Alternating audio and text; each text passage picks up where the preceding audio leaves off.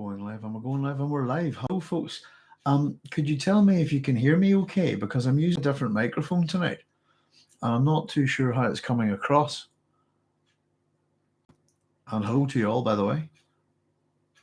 I'm hoping you can hear me. Let's see. Oh.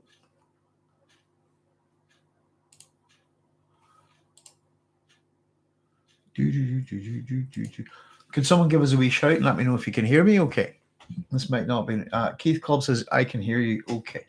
Good, thank you very much. Keith, is it coming through loud and clear, or maybe too loud, or just everything okay with that level? Loud and clear, says Sean. Thank you very much. I know I tend to cough a fair bit when I'm talking an awful lot, just to clear my throat. Hello, Dean. Hello, Sean. Hello, Keith. Sounds okay. Thank you very much. Excuse me. So what I thought I'd do is I've got a proper microphone here with sound covers and stuff like that. So we thought we'd give it a try as opposed to just using the microphone on the camera. So hello to everyone. Good evening to you. Good morning. Good afternoon, wherever you're at. Thanks very much for joining us. We had an episode tonight on the Sardaukar and the Fremen. And thank you very much, Sean. It's one of the more popular ones that we've done. I think of all the videos that we've done, the most popular is the one in this chapter on Leto the second, and then this one is the second, I would say, in terms of statistics of our YouTube channel. So it seems to be pretty popular. It's quite interesting, I think, because I'd split Leto the second. We look at him in this chapter as part of evolution, but we look at him again in a different way in another chapter as the hero. And I think one of those got noticed a lot more than the other. But thanks very much. Have you got any questions about the Sardaukar or the Fremen? There's a lot of Herbert's ideas about the military here in Dune, and one of the big mysteries in Dune, as well, is to do with where did the Sardaukar come from? Where does the Emperor get his terror troops? And it's a bit like we were talking about the Bene Tleilax the other day. Is again one of the big mysteries was where are all the Tleilaxu women? So it is one of those things, and we know that as you can see from the quotes in the episode, Leto the First is pretty much onto it, and he's pretty much got where the Sardaukar are from, but I don't think he has the evidence, and dies before he can prove it. But it's we find out quite a lot about that through Thufir Hawat and his discussions with the Baron. And of course, we have the Fremen there as well. So if we've got a fair bit to talk about within Dune, if anybody wants to sort of fire me a question, there is a wee suggestion within this episode, I suppose, the way Frank talks about the extension of the Fremen's large intestine to handle water. There's an evolutionary point of view there as well, folks. So I think a lot of people who come and look at the episode on this episode in particular, it's the same with the Leto the second episode, I think are Warhammer 40,000 fans. I'd say it's probably maybe half and half of Warhammer 40k fans and Dune fans who've ended up looking at it, because as somebody was pointing out, there is a lot of overlap with Frank Herbert's Dune universe and the Warhammer 40k universe. Let's see, we've got a question. I'm going to start trying to read the questions a bit more clearer, by the way. I know you can all see them down there, but just for everybody's benefit, it looks like I'm sort of mumbling away. So I'll read these things and try and read them a bit more clearly. Sean says, I'm fascinated by the cyclical theme. It's choose your struggle, either living in a harsh environment but free, autonomous, or living a luxurious life but under totalitarianism of artificial intelligence or golden path. Excuse me. And Sean says, yes, indeed, fan of the Warhammer 40k too. The cyclical themes and just keep reoccurring. Sorry about that. And yeah, choose your struggle.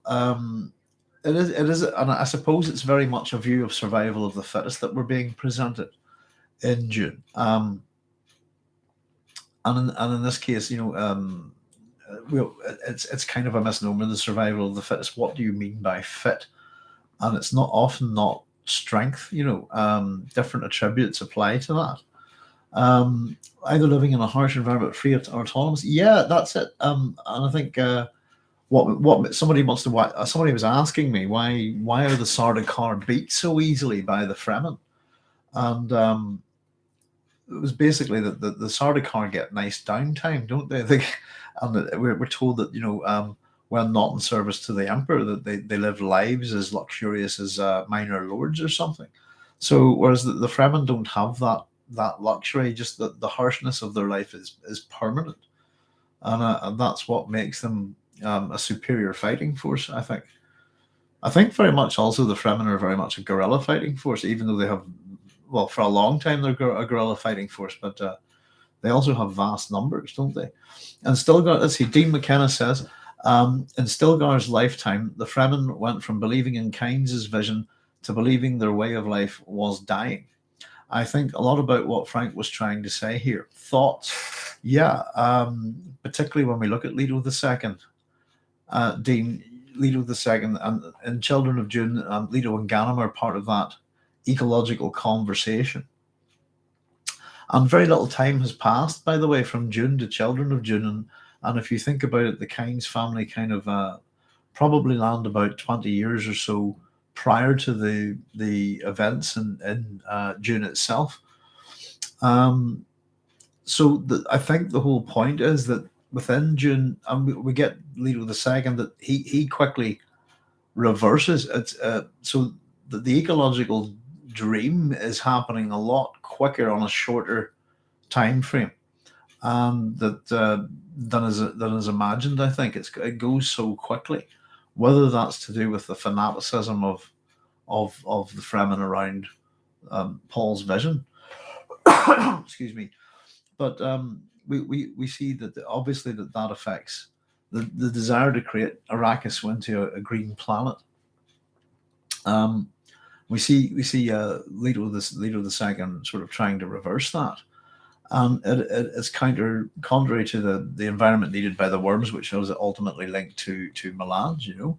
So yeah, it's one of those things. It's I suppose it's like evolution and even things like environmental catastrophe, and we can look at them in the long term, but we can also suggest that they happen overnight and very quickly. Hi, Neil. We're not too much. You haven't missed too much, so we're just sort of getting started. We've got a couple of questions. We're just sort of talking about we're having a chat about the cyclical nature of Dune. And again, we're presented human evolution in so many different ways, and different groups within the Dune universe, all from different planets, different environments, etc. So absolutely, within the very short time, you get the Fremen naibs coming to report at the court of Muad'Dib, I suppose.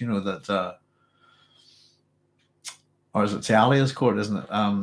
That the desert's dying and so on, and isn't that's the bit where we have Jessica, I think, sort of kind of having had enough of that stuff, and here's I hear you. I hear you. He's a former Fedakeen, I think, that brings the news, isn't it? That the desert is dying, and I think that's in Children of Dune. So Herbert's thoughts, I think, on ecology in this case. A lot of Dune is a critique on long-term thinking, or the lack of it, and I think the idea is that, particularly with Kynes, he's a critique of that kind of thinking. The systemic approach, Western man, how we look at ecology in terms of what we can do. We've got a lot of this stuff going on in Ireland, for example, and people often don't consider, I suppose, the true nature of their environment and the ecology there. I mean, everybody's, I think, around the world at the minute. It depends on how old you are and how long you've been able to sort of pay attention to your own environment and how much it's maybe changed in your lifetime. But be careful what you wish for. I mean, that's one of the recurring themes, Neo, by the way. Because be careful what you wish for, you might just get it. Well, I'd say if arguably that's what Frank Herbert keeps doing to his reader throughout the Dune series. So to believing their way of life is dying, absolutely, and the Fremen are ultimately doomed. Um, as I said, if you want to know who brings about the ultimate doom of the Fremen, it really begins with the Kynes family. I think a lot about what Frank was trying to say here. Yeah, it's our actions have consequences, and they everything affects everything else, I suppose. So when we tend to look at one set of things and we approach things. If you look at technology, for example, whenever a good new technology comes along, we tend to just dump whatever we had beforehand, get rid of it. And there's a lot of old tech, for example, that's actually a lot better than new tech. But yeah, the Fremen, there's a point, I suppose, where the Fremen at that time understand what's happening. And of course, by the time you get to the reign of Leto II, and they've gone, the Sareer is the only, this controlled ecology and evolution. I mean, you have these museum Fremen who are, a shadow of their former selves and absolutely useless and to anybody and everything. And they dress up like the Fremen from the times of Paul Muad'Dib and the youth of that time of the empire, and I suppose what you would call the height of the Fremen power, and imagine do their parades and etc. and pretend they're like a tourist thing, and at that point one Sardaukar would probably wipe out thousands of them on his own. They're just nothing. They're soft and water fat is what an ancient Fremen would be disgusted at a museum Fremen, I think. But yeah, careful what you wish for, you might just get it. And then, of course, Frank Herbert likes to hammer that home. He does it again too, with your heroes. So the ecological messages, there's a good, I suppose, and of course, Arrakis isn't a desert planet to begin with. So the sandworms aren't from Arrakis. They're an introduced vector. And simply put, they insist all water. It's the sandworms that cause the desertification of life and on desertification, sort of wiping out of almost all the indigenous life on Arrakis in the first place. So if you actually read the appendices of Dune, the little ecological bit with Pardo Kynes and so on, it's to do with him understanding that there used to be seas and sea basins and stuff there. But he doesn't understand, I suppose, what's happened to the planet. So from the very beginning, if you get that Pardo's kind of understanding of what's caused the desertification of Arrakis is wrong, then the conditions for what everything else follows that. Of course, Arrakis is a very strange place because if you get addicted to the melange, then you really, if you're living there, I think I kind of said the other day, I wondered why the Fremen just didn't clear off and live somewhere else, and hadn't even thought about it really, and then just realized that they can't because they're all the spices and everything. If you're there for any given time, you're pretty much stuck there. And I was reminded of that reading the book the other day, that it's what Paul realizes whenever they're not long on the planet, that they can't actually go anywhere else. They can't go home again. Unless they have copious amounts of melange supplies. So yeah, a couple of good points, guys. The cycle, everything in Dune, every little lesson is cyclical, and there are some sort of things about Frank Herbert talking about how he writes, and you'll find this somewhere in the videos. But in particular, he uses Jungian mandalas and uses which are cyclical and spiral. And he uses them to juxtaposition themes and characters, shadings and tones within his book, etc. So it's almost no matter what you're looking at within Dune, everything is something within something within something. That spiral, there's circular patterns and spiral patterns everywhere, and we get the reiteration of lessons, I suppose. But that's the thing; they're not rammed down your throat. Hello, Sharon. How's it going? Dunes within Dunes within Dunes. Yes, indeed. Thanks for joining us. So yeah, as you guys both say there, Neo and Dean, be careful what you wish for. It's the fundamental thing, and it's what I always wondered about the final Duncan Idaho.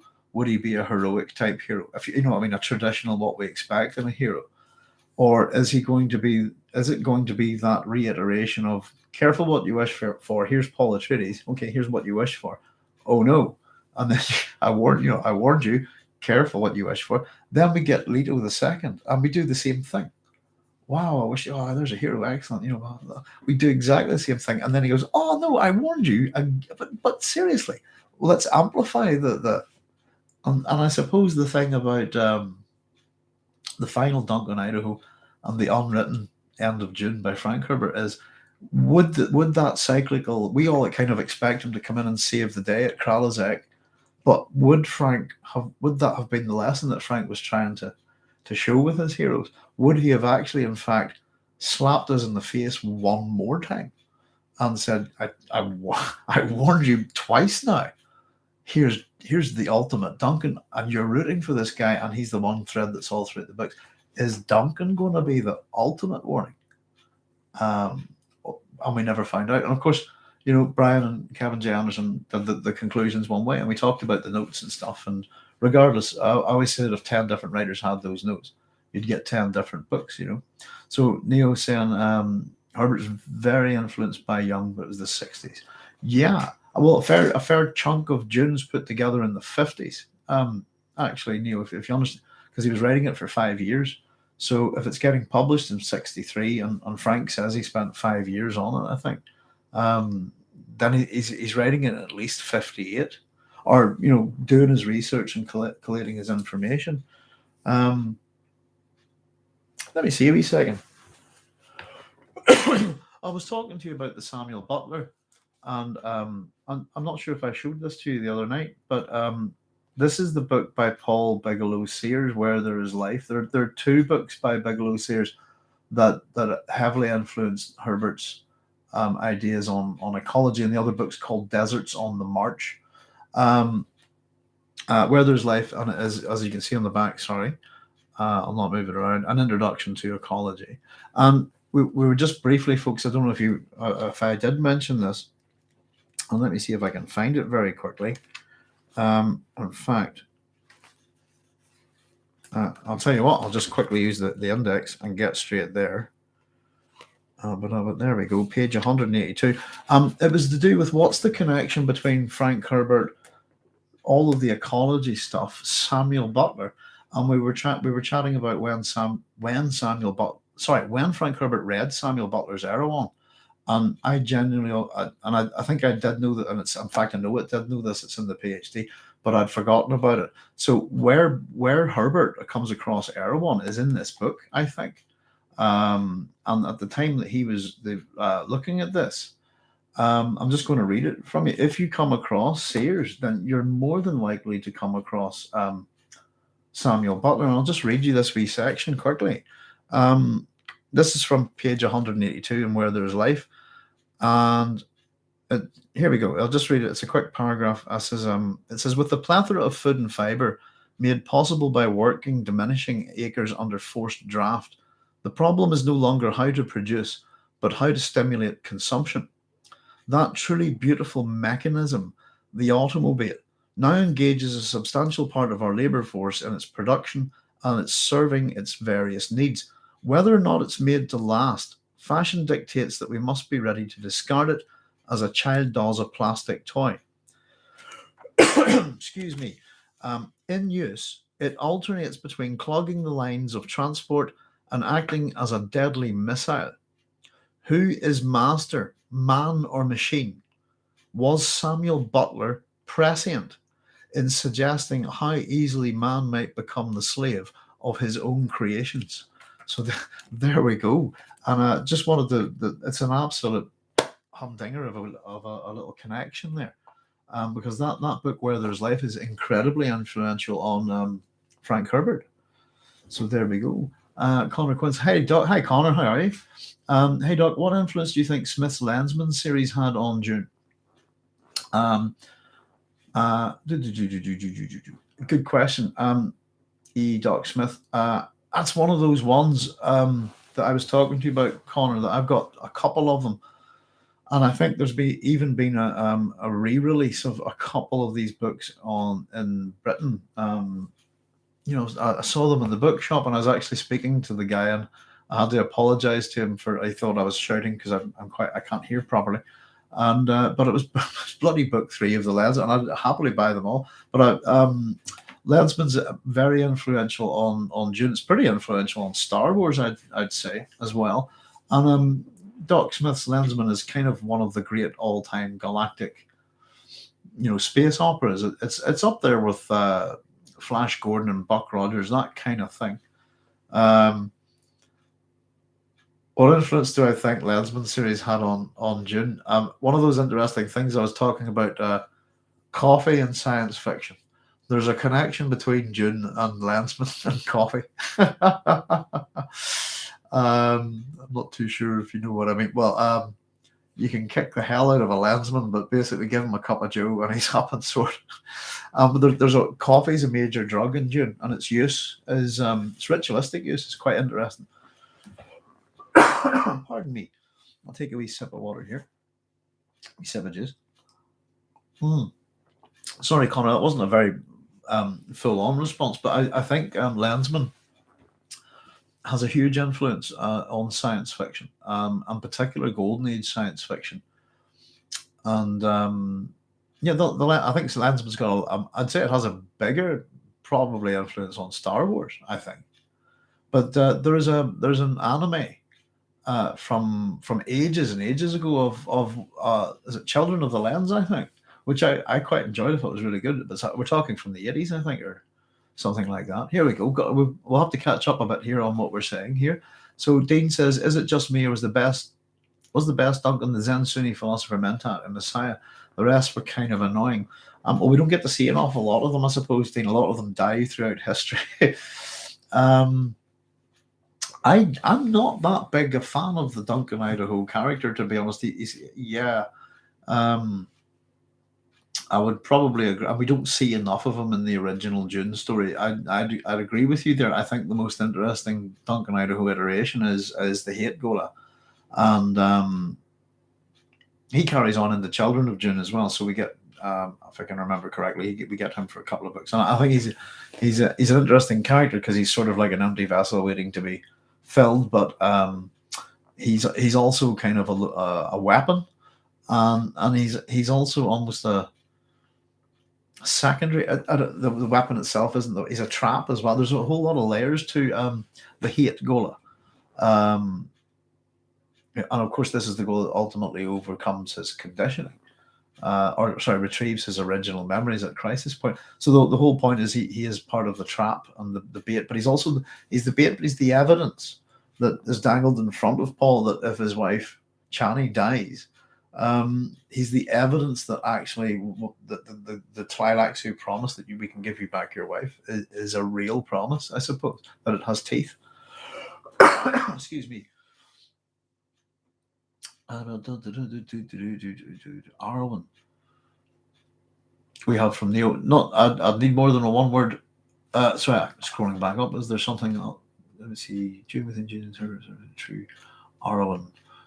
You have to give me a wee bit more, Leo. He's got a question there. Just maybe, yeah. I don't know what other people think. I mean, the Duncan Idaho that's sort of decanted in God Emperor of Dune, I think it's kind of more of acts very much as an observer for the reader, and as if he's getting freshly introduced to the God Emperor, as are we. Let's see. Sean says John Taylor Gatto also knew that with the rise of public schooling in the late 1800s. The social planners behind that movement were very preoccupied with a problem they called overproduction.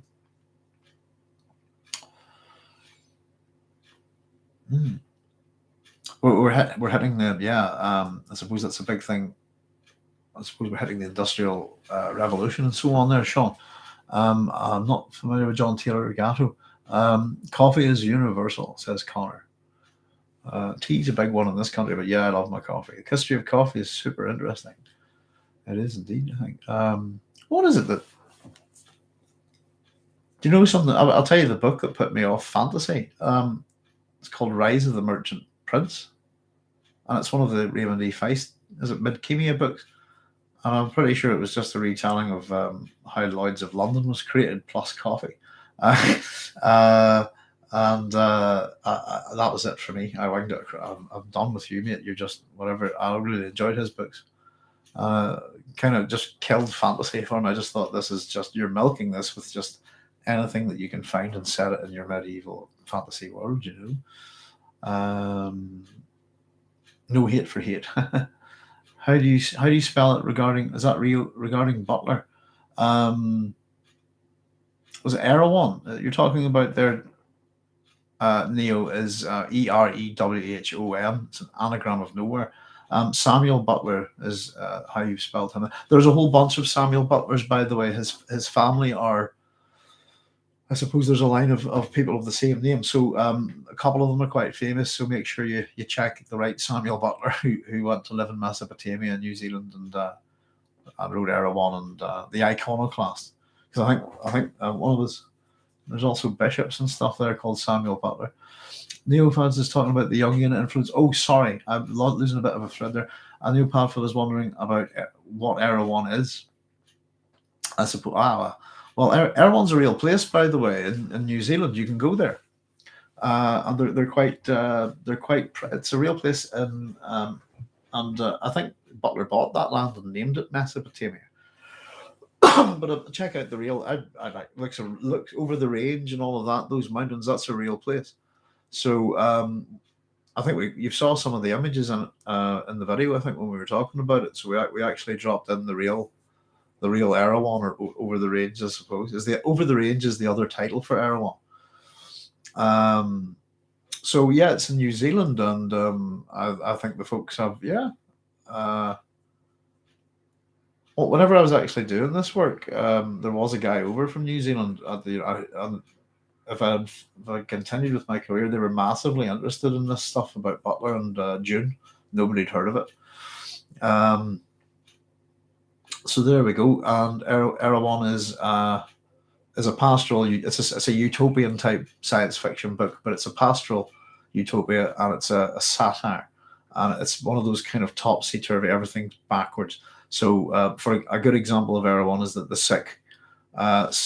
Being sick is considered a crime and you get put in jail for it. But if you commit a crime, it's considered a sickness and you're looked after by your doctor. So everything's quite up and down with that. And basically, they don't allow complex machinery in the land of Erewhon. So that whenever the main character arrives there and we get to look at that world through him, pardon me, he's arrested because he owns a pocket watch. No advanced machinery. You see, so there is so much to do with Dune in Erewhon. And if you could read Erewhon this is the interesting thing. If you read Erewhon and hadn't read Dune, you'd be probably oblivious to its impact on science fiction. But I think we said Erewhon, I think, is the first science fiction book that deals with machine evolution, machine intelligence, this kind of thing, and it's way ahead of its time. Again, ideas that Jung had, guys, about the collective unconscious and all. They're all heavily in Erewhon. So Erewhon was published anonymously in 1872, and so was Vril. It was published anonymously a year before, I think. And because both books were initially published anonymously, they were absolutely linked and have always been linked together. So both books were actually considered once kind of Edward Bulwer-Lytton kind of his authorship of Vril wasn't a great secret. He's a politician. He's the guy that you'll know him by the phrase "the pen is mightier than the sword." That's him. So the two authors were the two books were kind of linked in terms of who the public thought they were by. They're bit of a wonder what's going on there kind of thing at the time. So Butler kind of hadn't put his name to it, and he only did put his name to it. So because pretty much everybody was thinking that Bulwer-Lytton had written it, and so that's why the two anonymous books have become, both authors have their names attached to them. So there's an awful lot. Victorian fiction, it's easy enough to read if you put your mind to it, and it's a fun book, I think. It's one of those ones, a bit like Gulliver's Travels, a lot of books in that kind of vein. Rise of the Merchant Prince, that was long before Vice went to the dogs. Well, I read quite a bit. I always liked fantasy, and for a long time would have read a lot of fantasy and sword and sandal types books. And but I did start to find it a bit, and that's kind of one of the things that got me into into the myths and stuff, I just started going to read the original stories. And they're often 10 times better. Some of the great original stories I don't need to be rewritten. Channel Mal, hello. I'm new here, Doc. Sorry, I'm hearing you here. Many thanks for your content, Doc. I've watched an unreasonable amount of it. It's a great enjoyment. Cheers. Thank you very much, sir. Or madam, pardon me. Could be in the age of new pronouns and stuff. I'll just say thank you very much, Channel Mal. Babs Bilo says, I got the impression crimes are more similar to sinning, as in penitence with not eating, denying the self of luxury, self-flagellation, etc. Talk about, yeah. Well, it's very much a twist on I suppose the inversions, and Babs, I'm just really briefly paraphrasing here, but the inversions of what goes on in Erewhon are very much kind of inversions of Victorian society. Crimes more. So we have that within that's the ecumen. The CET is basically equates within Dune, equates sin to crime. Isn't that a crime to sin, if I'm getting it right? I got the body crimes are more similar to sinning, as in penitence with not eating. Denying the self of luxury, self-flagellation. Penitentiaries. The word Babs comes from Christianity, I think. They were kind of like how would I put this? I don't know. Camps for people who kind of denied Christ during persecutions. I think something like that.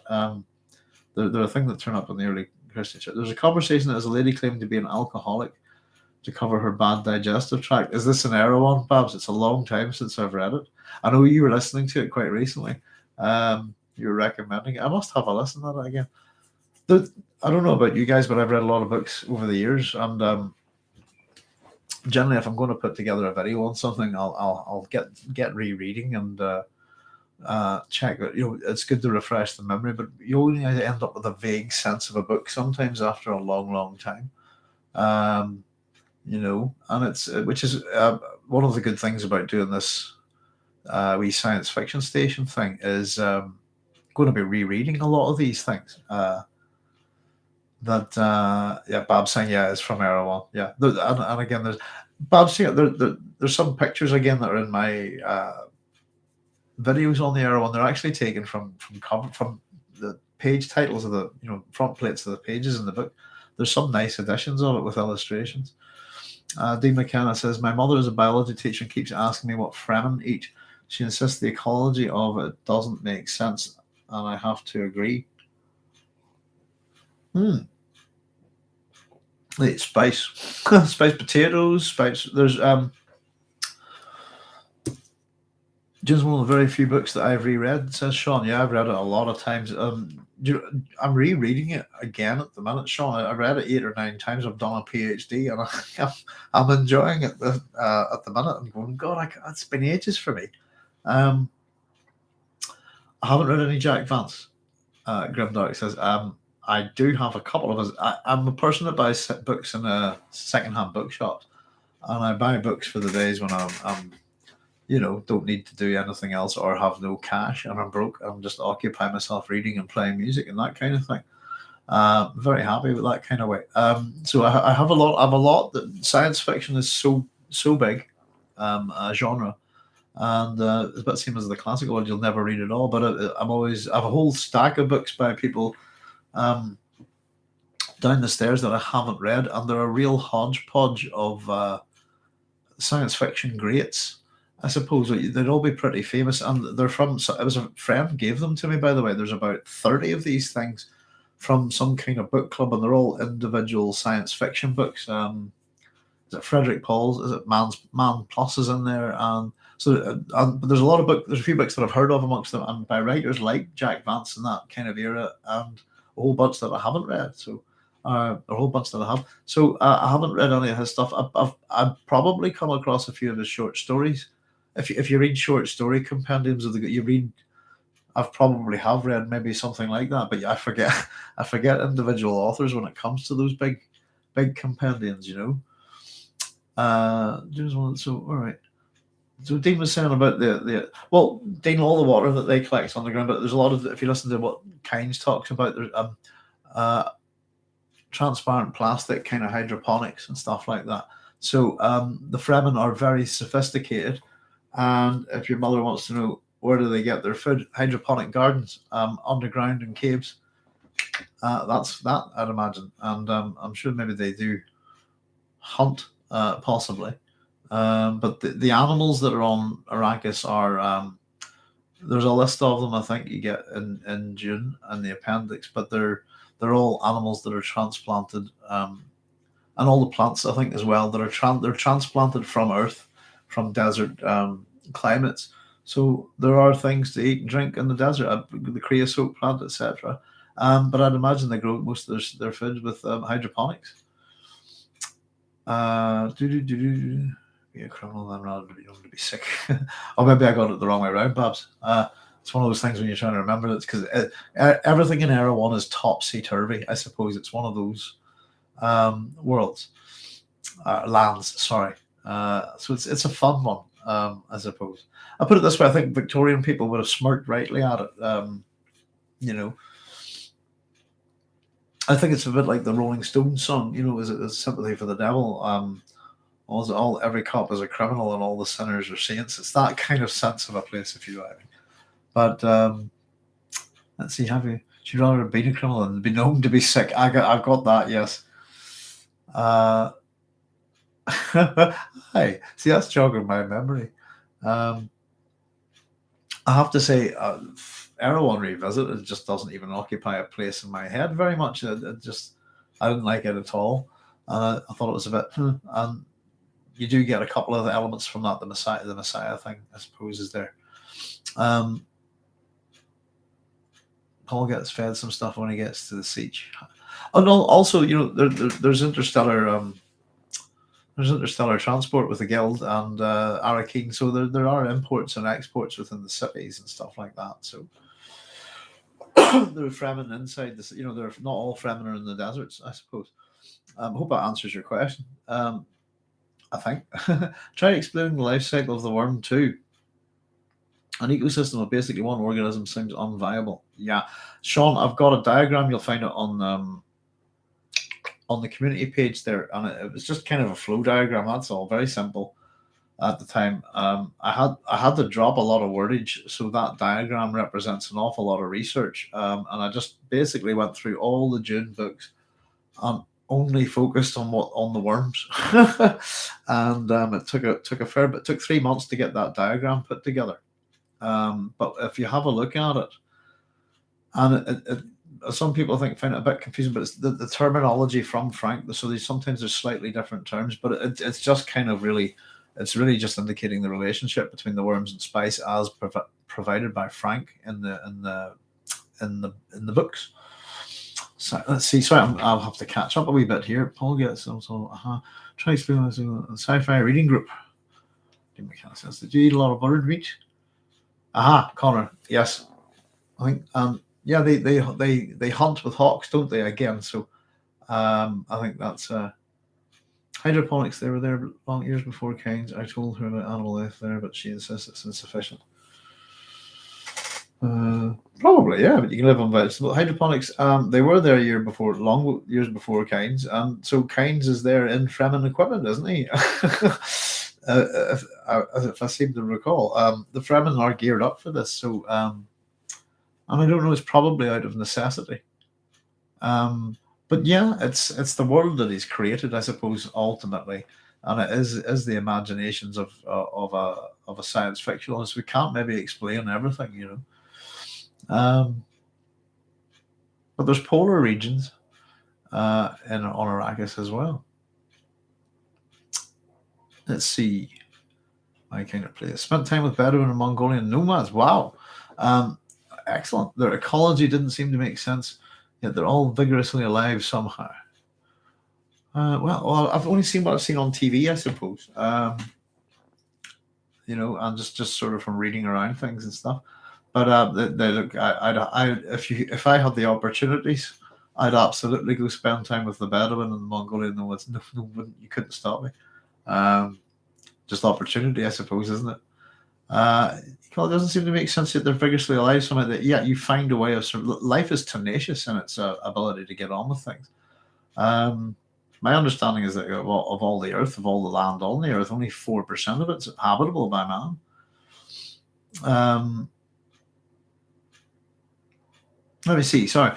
Caron says ancestral memories, the mechanics of it often seem confusing or inconsistent while going through the series. For example, does it make sense that the Baron's personality is present in Alia's mind? I've developed my own headcanon about it, but I often see Dune fans just brush it off as Frank Herbert being inconsistent and deliberately vague.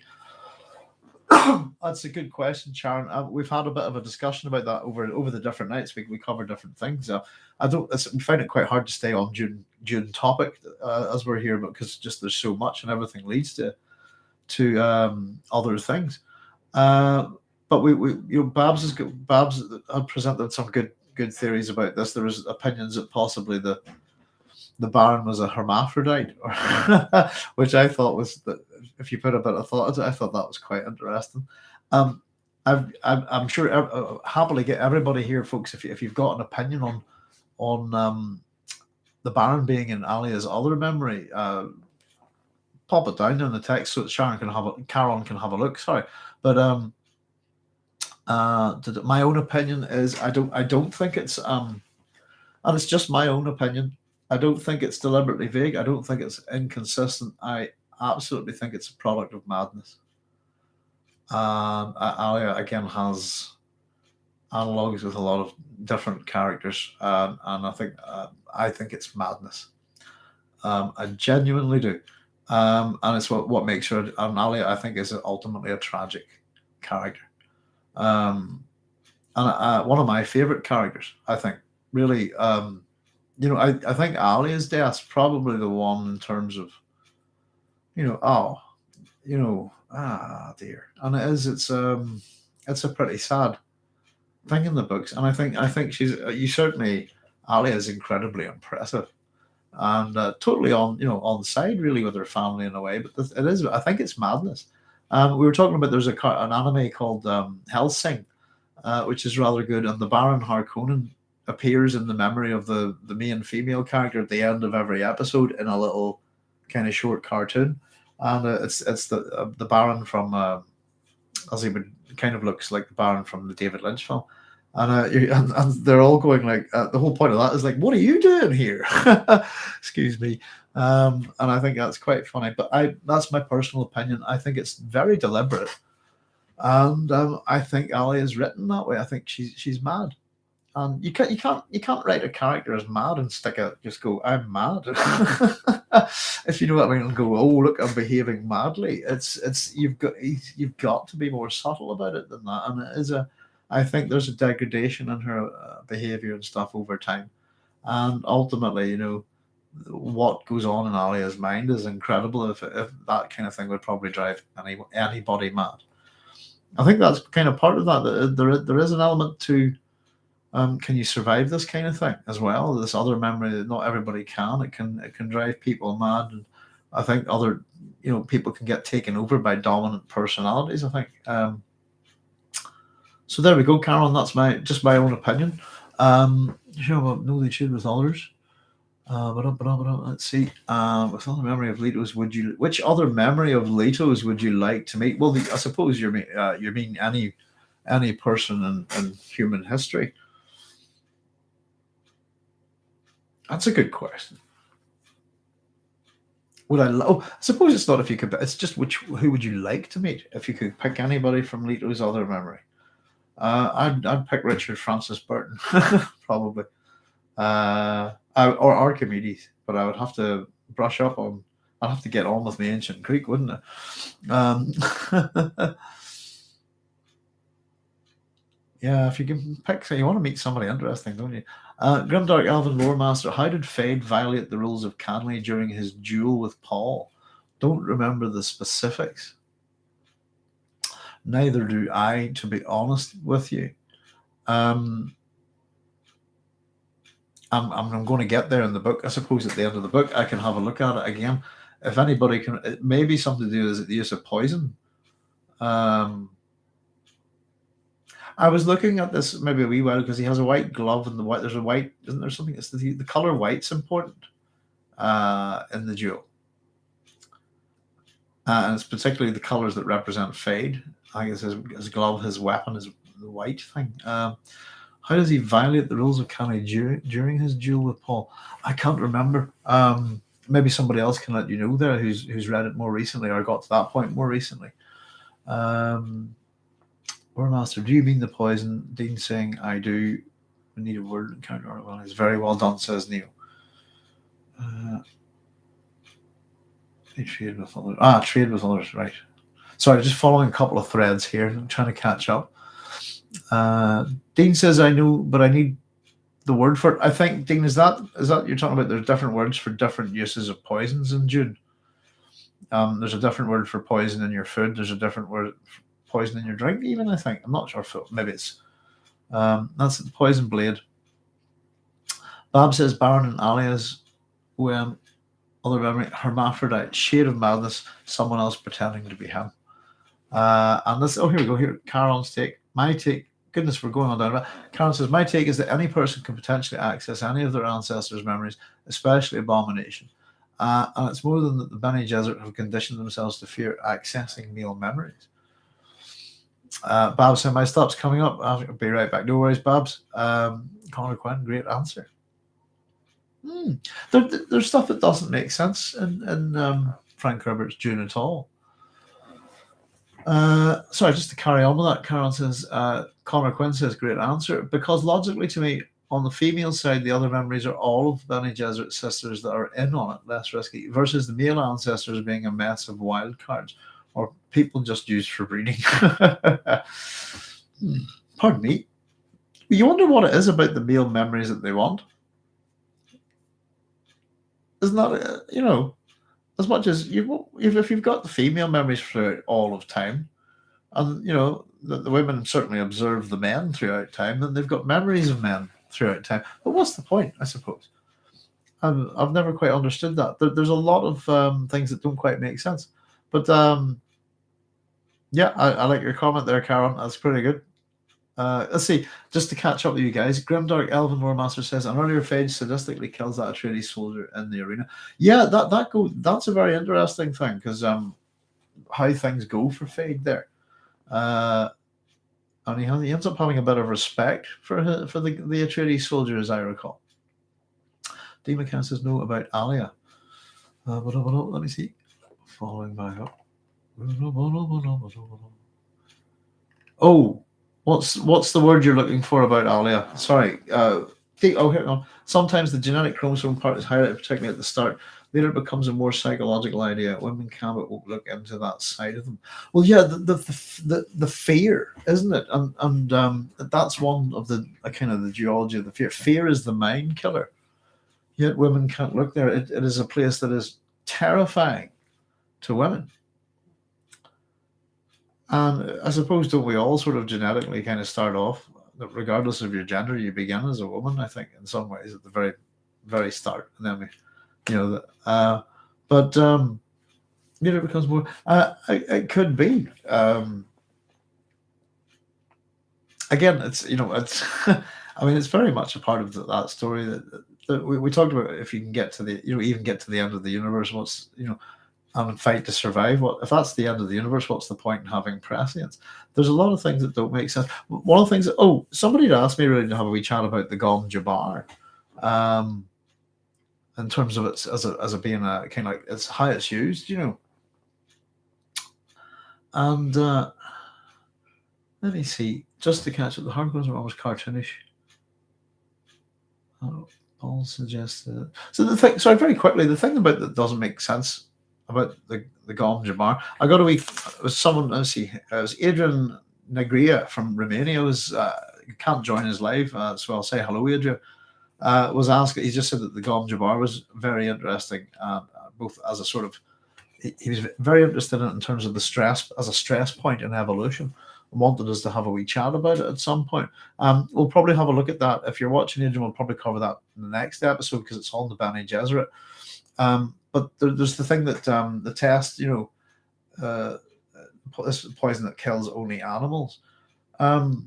the whole thing. Humans are animals. If you know what I mean. The speech, some of the things just don't make any kind of intelligent sense in Dune, and I think it's possibly more for dramatic effect within the text, or again the writer at work, um, because Frank Herbert does say that Dune is high. I think it's high camp is how he describes it.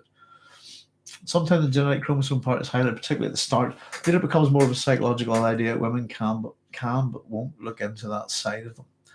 Um, yeah. The other thing I suppose is if we have Duncan as only the Duncan Idaho other memory, then at some point aren't they going to want a female equivalent of Duncan, where you want to keep cloning the same female over and over and over again so that you can have a perpetual individual.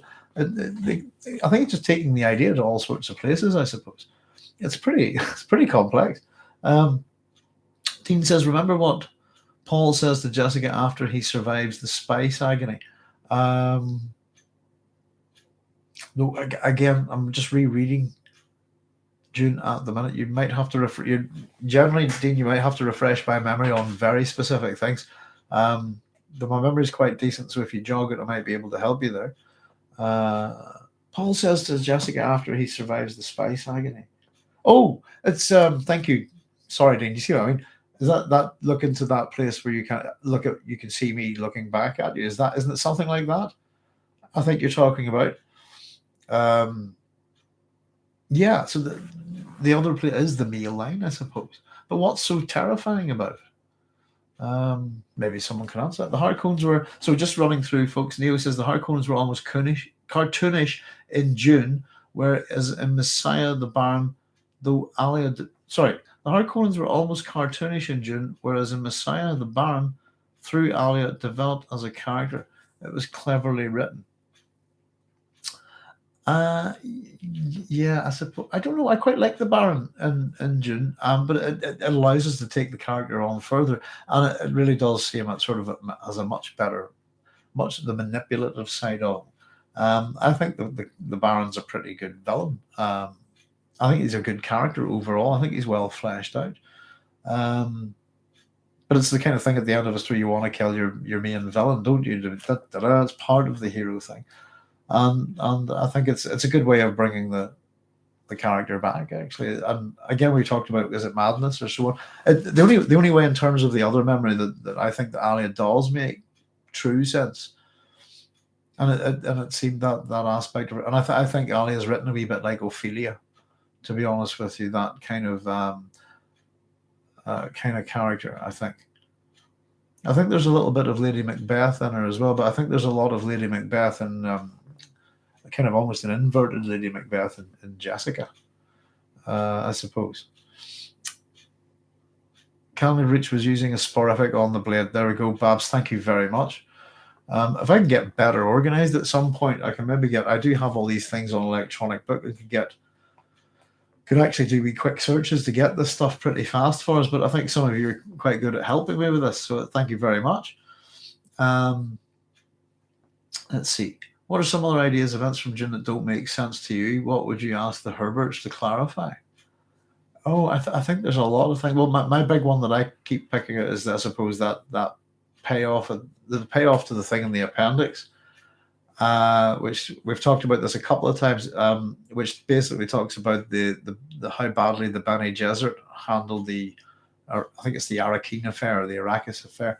And it basically just tells us that the Bene Gesserit breeding program isn't theirs, and it belongs to some other outside agency that they're not aware of. So, and it's certainly not any of the agencies that they're unaware of it. So it actually rules out an awful lot. And so that's one of the things. I think with quite big epic things as well. I'll be completely honest with you.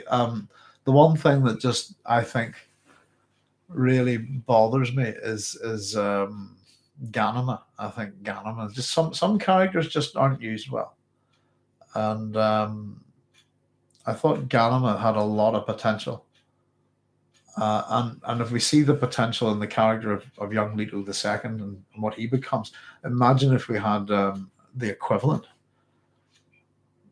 why doesn't, even after having a couple of children, for example, to further that Atreides dynasty as part of the breeding program, you think she, and if they're actually, why doesn't she take a skin too? It would have been great for the God Emperor to have his sister, I think, at his side for the 3,500 years. I don't know what you think of that, but I think Galena was wasted character. I would have certainly wanted to have seen more of her. Pardon me. The giving and taking force, yeah, Karen. There's a fair bit in that. Yes, thank you very much. And pause. You cannot give without taking, and you cannot take without giving. Understand that very well. Having been a carer. Um, and Paul is in the middle. Well, Paul is, I suppose, Paul, I cannot give with, he's both, isn't he? He's the giving and the taking force. I think, well, that we're coming up to Paul Atreides, and the stuff that you're talking about, Karen's all in that episode. Kwisatz Haderach neither gives nor takes, so can see into both. Ali is a potential or almost Kwisatz Haderach, so might have the same ability to see into both. Yes. And again, the Ali and Paul are a syzygy and a Jungian syzygy, and they're also a Janus aspect. So they're male females of the same aspect, and within the mythology we've been talking about, they represent Apollo and Artemis, who are the children of Leto, by the way. And all to do with prophecy, etc. So one looks forward and one looks backward. That Janus motif is perpetuated as well. Leto and Ganima are a Janus. Leto the second and Ganima to a degree. Leto the first and Jessica are as well. And Paul and Jessica are a Janus facing aspect and a male-female syzygy too.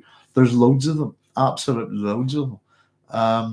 Kwisatz Haderach, the shortening of the way, and the idea of shortening of the way that we talk about is in that sense of what you get called bilocation, the ability to kind of we call it, be two places at once, and it's a big thing in a lot of stories in the ancient world, which are quite fun. There's the one probably a lot of people know about I don't know, is it if I can remember correctly, it's some guy meeting death in the market, and I think is it Basra or something like that. And he goes, "Oh, death goes, it's you." And the guy goes, "Ah," and runs and takes off. And he goes to see his master and says, "Death's come from. Can you give me a horse? I've got to get the heck out of here. Death's here in Basra." So the guy gets on his horse and hankers forward, I think, and he ends up in Baghdad or something like that. I'm not remembering the story very well. It's a long time since I read it. But he at that point, he gets there nice and safe, and he's in the market, just turns around, Death puts his hands on him, and he goes, "Oh, for goodness sake." And Death basically goes, "I know, I saw you last week." And I thought, "What are you doing there? I'm expecting you in Baghdad in a week's time." And it's one of those kind of things where Death is pretty much everywhere. I suppose you can't run from him. But because that Haderach's quite an interesting thing, and I suppose it works on a number of different levels, but you do have a wee bit of an Arthurian association with Paul Atreides as well. But the hero's often a bridge between two eras, if you see what I mean. Arthur bridges Christianity and the pagan world between, and he's more on the Christian side of things than Merlin's on the pagan side, I suppose. Where are we at? So because that's Eric neither gives nor takes, so it can see into both. There's potential or almost Kwisatz Haderach, so might have the same ability to see into both. Yeah. The whole question, I suppose, is about the idea of abomination, because a lot of the Bene Gesserit have other memory, and again through the female line and stuff, and how they control, they can kind of bring out groups of it, can't they? They call it simuflow, I think. Though there is always the possibility again that within the Bene Gesserit have women who have been overwhelmed by a particular personality or something and gone mad. So yeah, and the aspect of what happens to Ali, I suppose, and even being made aware at that age and so on and so forth. And I suppose the analog is, who am I thinking? It springs preborn from Zeus, out of Zeus's head, is it? is it Athena actually ready to hunt and kill? Here we go. Hang on, just to catch up a wee bit, folks. Karen says, as part of that chapter, Paul, after he comes back, also frightens Jessica by showing her the place that she cannot look. Yeah, it's been a wee while, Karen, but it's refreshing my memory, and we're going to come up to that in a wee bit. I read that entire speech, I think. Agreed. Missed potential. Leto the third post. Yeah, I don't know. It's funny. Ganem is, I think, a big waste. Sorry to get back on the track, folks. I can sort of wander a bit. If you read Young's memories biography, you not only get a fascinating insight into his work and life, but the inspiration for Herbert characters, visions, prescience, ancestral connections. Yeah, there's tons of Young in Dune. Absolute tons of and excuse me, folks. Sorry, Neil. That's what I was saying. If you read some of Herbert's stuff, I must see if I can get some of this and show it to you at some point. He talks about this. It's not even it's not just Young's ideas that affect the character. He's even using it to structure his characters and create pairings, particularly with the archetypes. I'm not into psychology or psychoanalysis too much. But I have Young's book on the collect. I have a couple of books on Young, really, but focusing on the archetypes of the collective unconscious. Volume 3, isn't it? I think by Young. It's around somewhere. And I do like Jungian mandalas and stuff. So they're quite important in terms of how he actually wrote Dune. And he talks about also trying to do things in haiku and stuff, and whether a lot of that's waffle, to be honest with you, and because haikus are syllabic specific, I suppose. Yeah, I don't actually see the evidence for it. I've said that in my footnotes, but he's trying to present that he goes about his craft a certain way. But Young is a huge part of Frank Herbert's Dune universe, massive, to be honest. It's a big part of his life. I think he's very influenced by Young, and I think he was introduced to Young's ideas through the Slattery family. If you have we've episode 3 is a biography of Frank Herbert, and I think we chat a wee bit about possibly about how he met them, but it might be coming up on the episode on Young, which is whenever we get to look at the hero. Karen says, I've managed to see the movie twice by now, and I'm really happy with it. Congratulations! I think we've been chatting as we go along here, Carol, that nobody here's seen it yet because we're all waiting. And hence our countdown. I'll be not seeing it to well, it's not looking good for me actually, but the 21st of October here in Northern Ireland. But our government's just removed all social distancing restrictions in theatres and cinemas, and our COVID situation is not good, so it's not looking particularly safe or smart to go to the pictures unless we can get some kind of hermetically sealed suit or something. That's an option, isn't it? I think about go see Dune in a kind of spray suit. But excellent. You're pretty content with it, Karen. And I take it, Karen, you're a big Dune fan and you've read the books plenty of times. So, in terms of you're happy with it as lining up with Frank Herbert's vision of Dune, I think that's good. I think everybody's saying that it's. I'm really looking forward to it. Really, the whole COVID thing and all is a bit rather on, just. Sign of the times, I suppose, but I'm really looking forward to seeing it. I've kind of been enjoying watching the reactions of different audiences around the world. We're getting their comments on Twitter and things. And I'm not really investing in a lot of these things, but everyone seems to be enjoying it and going, wow, this was, and particularly the people who haven't read Dune are going, woohoo, this is go see it, And I think there's an awful lot of people. You've been to see it twice, have you, Karen? There's a lot of people I think have seen it 4 or 5 times.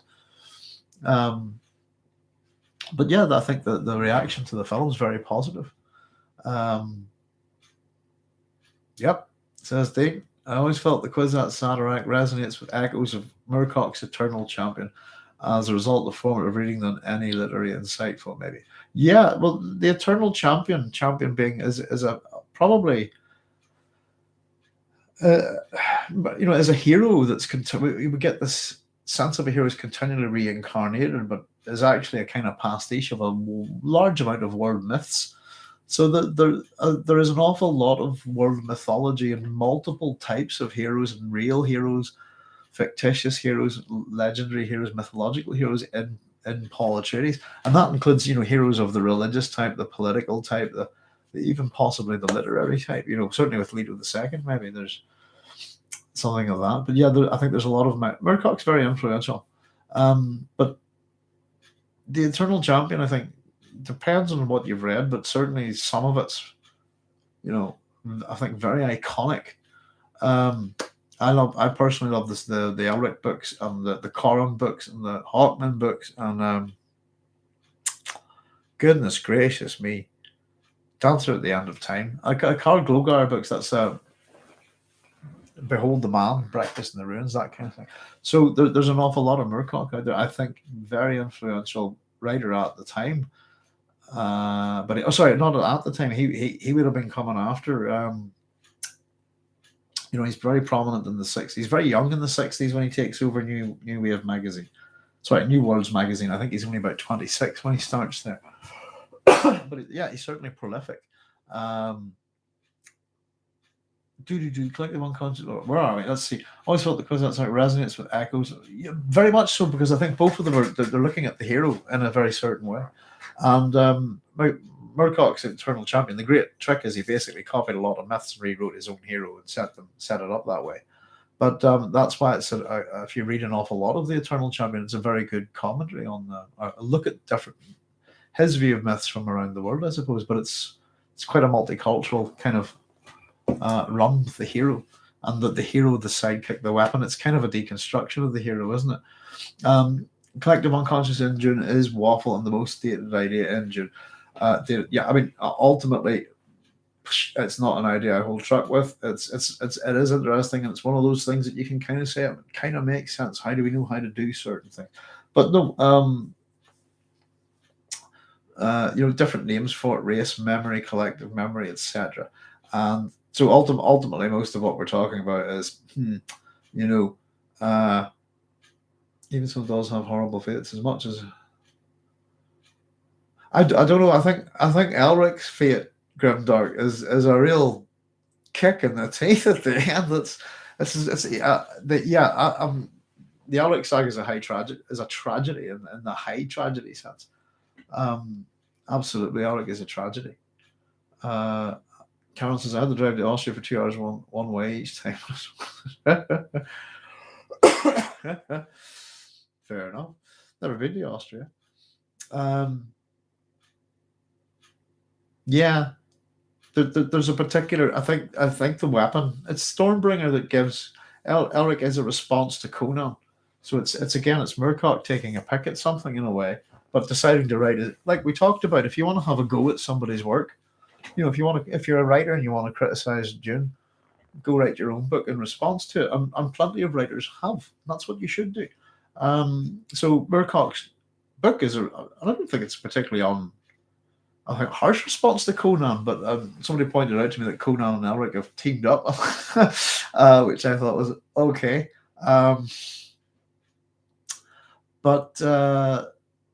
Yeah, it's the weapon. I think what's most intriguing about the Elric series is Stormbringer itself, and it has a twin, doesn't it? Mournblade. Even some of but yeah, the Eternal Champion story is great pulp fiction. And there's some of them are very well written. Some of them aren't so well written, but they're all quite fun. Must dig out. I'll try and bring up a couple of my Eternal Champion books. A few of them. I've got a couple of them over here, and they're large, big ones. But I can't lift them off the bookshelf because they're the counterweight for this microphone. I hope you can all hear me okay, by the way. Let's see where we got to. Is it pretty rough? Imagine tapping into these memories from a distance. No wonder Benny Gesserit are terrified. I lost a bit of a thread there, I think. At Grimdark. Oh, that was from Chairman's at Grimdark. You're having a wee bit of a chat there. Sorry, guys. Arrakis, you're thinking is the last major Eternal Champion. Elric, yes. Hyperion Counters is a great response to Dune.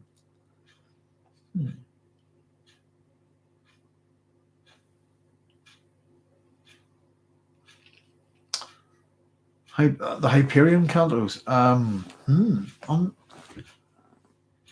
I love them. It's been a while. I've read them twice because they take a bit of effort. I had to read the first two as part of my science fiction master's degree, and I had to have them read within a week with two other books. So I remember myself and my mate just sitting up all night. Just you can read a novel about that thick if you don't stop for breaks in about 12 hours, depending on how you go at it. But um, yeah, it's certainly yes. I've talked about this, Dean. That June's influence on books like that. Hyperion Cantos is really complicated, and again, sorry, I'll rephrase that. It's complex, but it's not complicated. But I think it's great fun. I learned a lot from it, and I'm a big fan of Dan Simmons for the intertextuality, that kind of thing. I'm a big fan of Keats, you see. So if you're a fan of John Keats, you'll like the Hyperion Cantos. And it's a trope of sorry, it's not a trope, it's a trait, pardon me, of it's a trait of Dan Simmons. I got introduced to Dan Simmons. Um his first book I read by him was Carrion Comfort, which is a vampire book, I think, if I can remember correctly. Carrion Comfort's the title of a Gerard Manley Hopkins poem who I'd studied once upon a time. I quite like Gerard Manley Hopkins. But if you know the title, it's what I call one of the sonnets of desolation.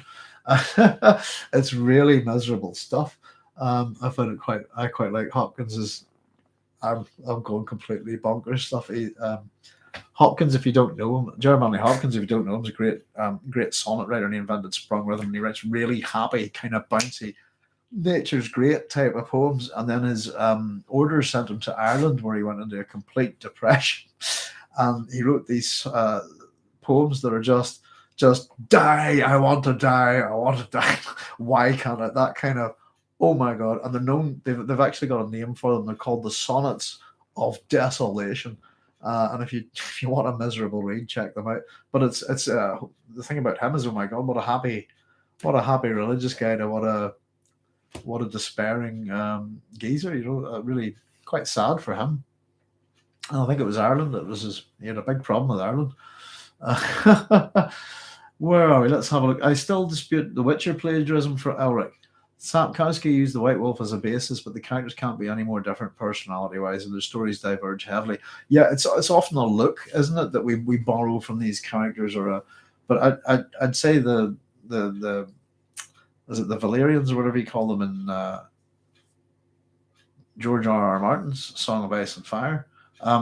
They left an awful lot from. They're Melnibonians. If I've got their name right, I can't. Very much so. And yeah, I would agree. I think it's very much that the. I haven't read any of these books, by the way. The Witcher books. I've just watched the first series and enjoyed it. But the look of what's he called? Geralt, isn't it? Geralt, yes, indeed. His look is very much Elric kind of thing, but it's the white hair and eyes. Maybe that's where it ends. Elric, if you had to get an actor to play Elric, you need somebody really skinny. If you understand, Elric is an absolute weakling. Who need, even before he gets Stormbringer, it's special concoctions of drugs that keep him alive. He's that kind of frail emperor that's seen as a comment on the failure of his own society. And the Melnibone's Britain, by the way. Absolutely, it's Britain. Let's see. But yeah, the character of Geralt looks a bit like him, but no, Elric of Melnibone is physically weak, very physically weak. That's his major. He is an opposite of Conan in many ways, but he's the opposite of Conan in physicality as well. Conan's, I think, dark-haired, very muscular, strong, white-haired, weak, almost skeletal. If you look at a lot of the artists who draw Elric, a lot of them, he's quite bony, pale, the white hair. He's an albino as well, so he's got albinism. So he's a very interesting character for that reason. And of course, he starts as an emperor. Dean's retracted him. Let's see, here we go. Dean McKenna, Dune equals fallen into feudalism and capitalism equals capitalism prevails. Dune Humans develop instead technology. Cantos. Humans are in a hyper parasitic relationship with technology. Do Haganway. Do you know what? Yeah, I'm starting to remember the Hyperion Cantos, and it's there's cruciform parasites, isn't it? And you get that dependency. Yeah, and I've got to get reading it. I must tear into it soon. It's one of those things that I've talked about doing the really biggies of science fiction, and somebody's asking, I've read Dune, etc. And it is, the Hyperion Cantos, incredibly impressive books. I used what you might call, what a Schrodinger's cat tomb is, and I think is it Endymion or something, or Endymion Return. I used a Schrodinger's cat bomb on somebody once upon a time as an idea, if you know, an idea bomb. It's quite interesting. I got that idea from Dan Simmons. But yes, let me just check that again. Dune fallen into feudalism. Feudalism. The society in Dune is feudalistic. But you get the sense that that's before the Butlerian Jihad. Capitalism prevails in Dune. I'm too sure. Again, we don't. There's a spiral of dependency there within the economy. I think this morning about melange, etc. Sorry, give me a wee second to get my thoughts on this. Humans develop instead technology. Can't lose. Humans are in a hyper-parasitic relationship with technology. Yeah, well, we do have a lot of the humans. The whole getting the mechanical eyes and stuff from the X and Dune. But yeah, the hyper-parasitic relationship with technology, that's the cruciform parasites that basically grant immortality, don't they? It's a form of resurrection.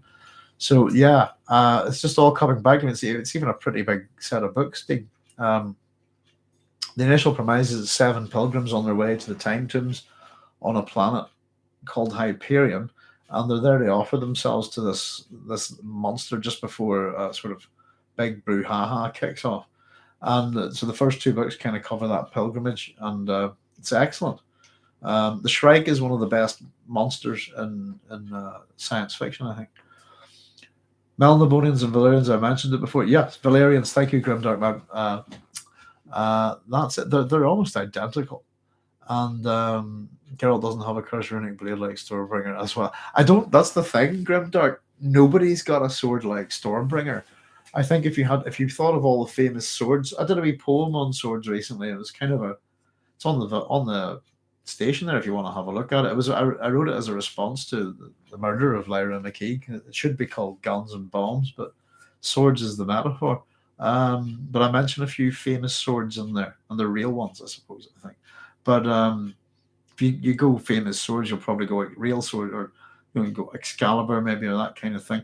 But in terms of fantasy swords and the whole fantasy literature, literary swords, Stormbringer's at the top. I think it's the business. Put any sword in anybody else's hand, you wouldn't want to come near anyone with Stormbringer. And that's the thing about Stormbringer, Grimdark. I think you don't even need to have somebody holding the damn thing; it'll come after you itself. Stormbringer's brilliant because of its level of evil. It's beyond things like Dracula, if you know what I mean. Stormbringer is a great character, I think, and it's a character we get merest glimpses of. Grimdark, I don't know what Grimdark Elven Lore Master. Sorry, I don't know what you think about that. And I've got the Elric books here, do you know what? I've lost the first one, and I've been wanting to reread them. I've got all the old paperbacks here. Is it the Granada ones? Is that it? I can't remember. And I've got a couple even things like the Revenge of the Rose and stuff. Elric should be played by the mule from Asimov's Foundation, or is it the other way around? The mule's another one. Yeah, the mule's another one of those super mutant, almost messianic characters. And the mule's ability is the mule's, again, not a very well fleshed out character. Nothing much is in Asimov's Foundations. The mule is the kind of the villain in the Foundation series that I can't remember. He's telepathic, isn't it? Or he telekinetic. He can actually control people with his minds, but he is a mule. He's sterile genetically. I think. Long time since I read Foundation. about 10 years, I think. Yeah, Stormbringer is very much a character, I think, and that's what kind of thought was a bit crap of them in Game of Thrones, wasn't it? They have Joffrey and you go Stormbringer, and you go, oh no, really. And all right, it's a bit of a nod, hopefully, but it's that's I'd love to see the Elric of Mel. If you ask me any create any TV show or movie for me, give me Elric. That's what I'd like to see. Preferably a TV show. Don't think it would suit. Well, probably would actually suit the movies, to be honest. But wouldn't that be something to see? And we get to have an end of the world battle where everyone loses. Finally. Let's see what we've got, folks. Elric should be played by the mule from Asimov's Foundation books. Or is it the other? They're kind of a wee bit similar, but the mule is one of those kind of. I suppose the mule's presented as a kind of genetic underdog, isn't he? But he's a superior mutation. I can't remember, but doesn't the Foundation predict? I think Harry Seldon predicts something, or the Foundation predicts something like the mule anyway. And it'd be a long time since I read the Foundation, and I've only read the 3 original books. Michael Whelan and Yoshitaka Amano are my favorite artists for Elric. Goodness, I've got a few Elric pictures on the. I'd have to absolutely rack my brains as to the artists. Hold that thought 1 second. Hang on.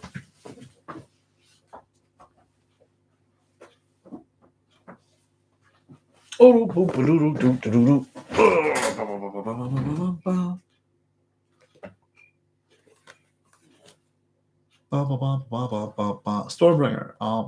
Where do we see that there?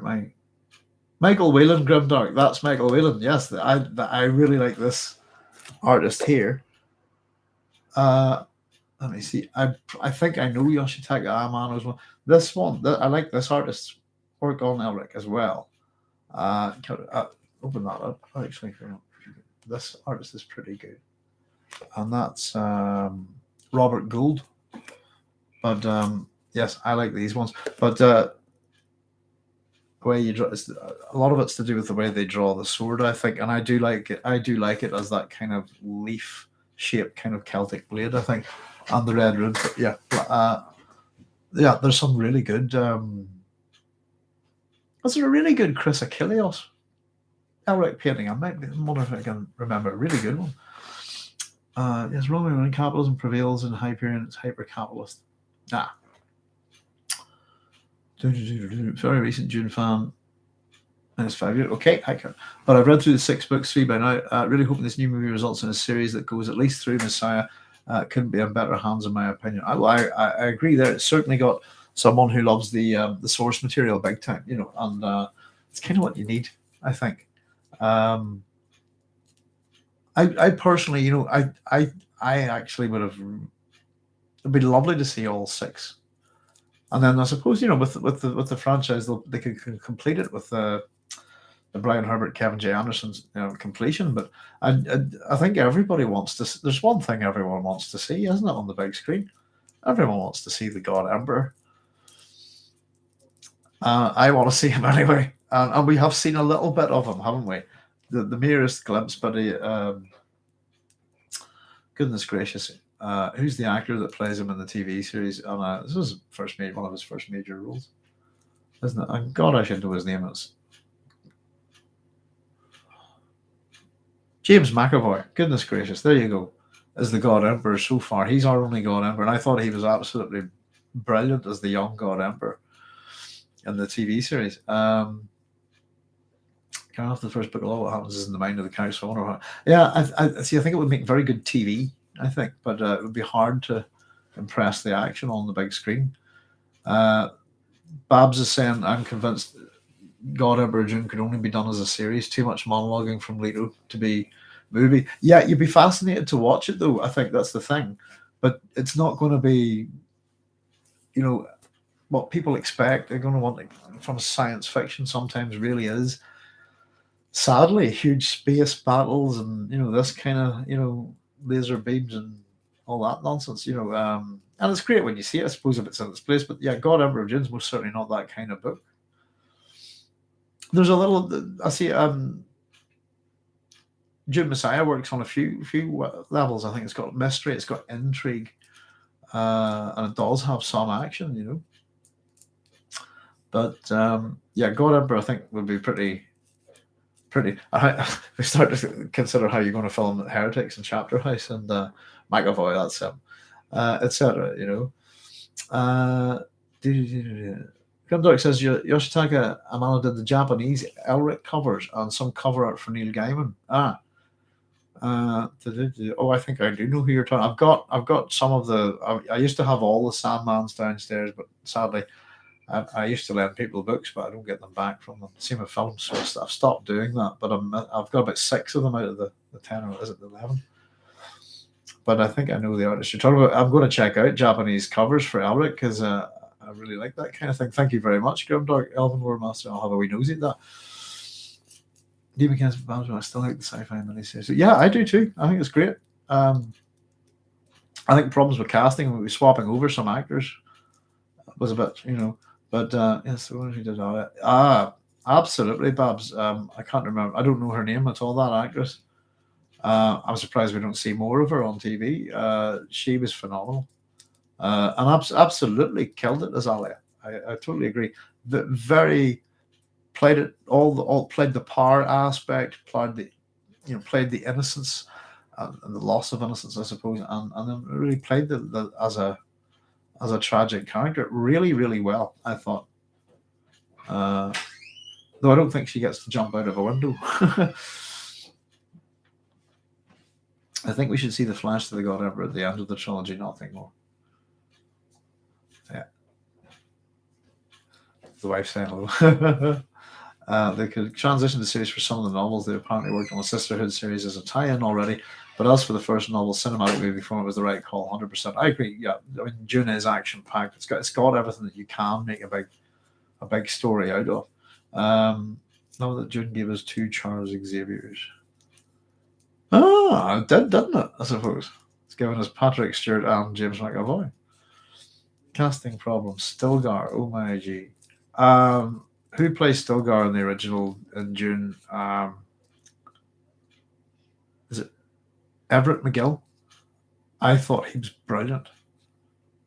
Ooh, I really did think, and I think we don't get to see as much of Stilgar as we should in the David Lynch film, but I thought he was fantastic as Stilgar. Trying to remember Stilgar. I don't think it was. Yeah, I think you get an awful lot of the characters in the miniseries, and you get. But some of them were a bit, yeah. I think different actors, and I think maybe some of them were kind of uncertain of the material sometimes, you know. But probably not. There we go. Bear with me a second. The doors are just kicking open here with the wind. 1 second, folks. Oh, there we are. And I'm going to. Here we go. Coming back. I'm going to be wrapping up a wee bit soon, I think, because it's getting a wee bit late. My son's getting ready for bed, so it'll give us about another 10-15 minutes, hopefully. Everett McGill had the voice and the physical presence, said Neopad. Absolutely.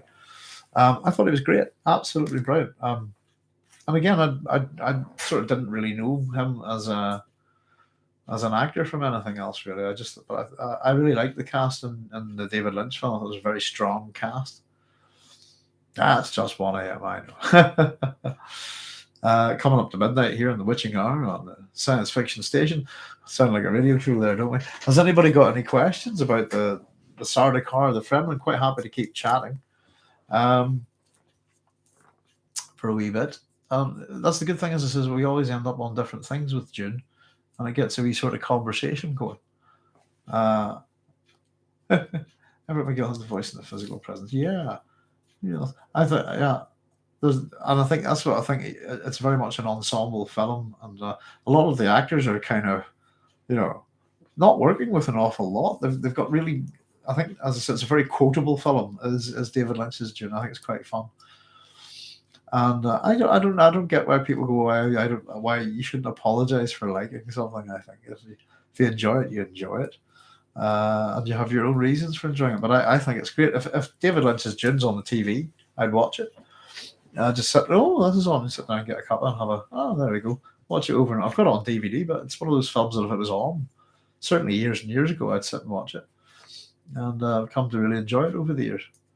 I think Kyle MacLachlan's brilliant as Paul Atreides. He's very believable. He's just right for the character. I think he was the same as the way I think young Timothy Chalamet. Sorry, young. He's probably mid 20s or something. I think he's very good for Paul Atreides. I think he's the right kind of. He's got the right physical look, etc., and he's got the right. Yeah, I think he's been cast very well. I don't know your opinions, but again, it's congratulations on seeing the film, Caron, and pardon me. Yeah, I can't wait to go see it. I really do want to see it. Dune introduced me as a lad to so many things, got me thinking philosophy, politics, power, history, etc. Yeah, it works on so many levels, and it is. Again, I suppose that's a response of, or it's partly to do with all those years of research that Frank did on. It's got ecology, it's got politics, it's got science, philosophy. It focuses, evolution, genetics, and it presents strong social issues, but doesn't ram them down your throat in any way, and leaves it up to you to figure it out. I think it's part of Dune's charm.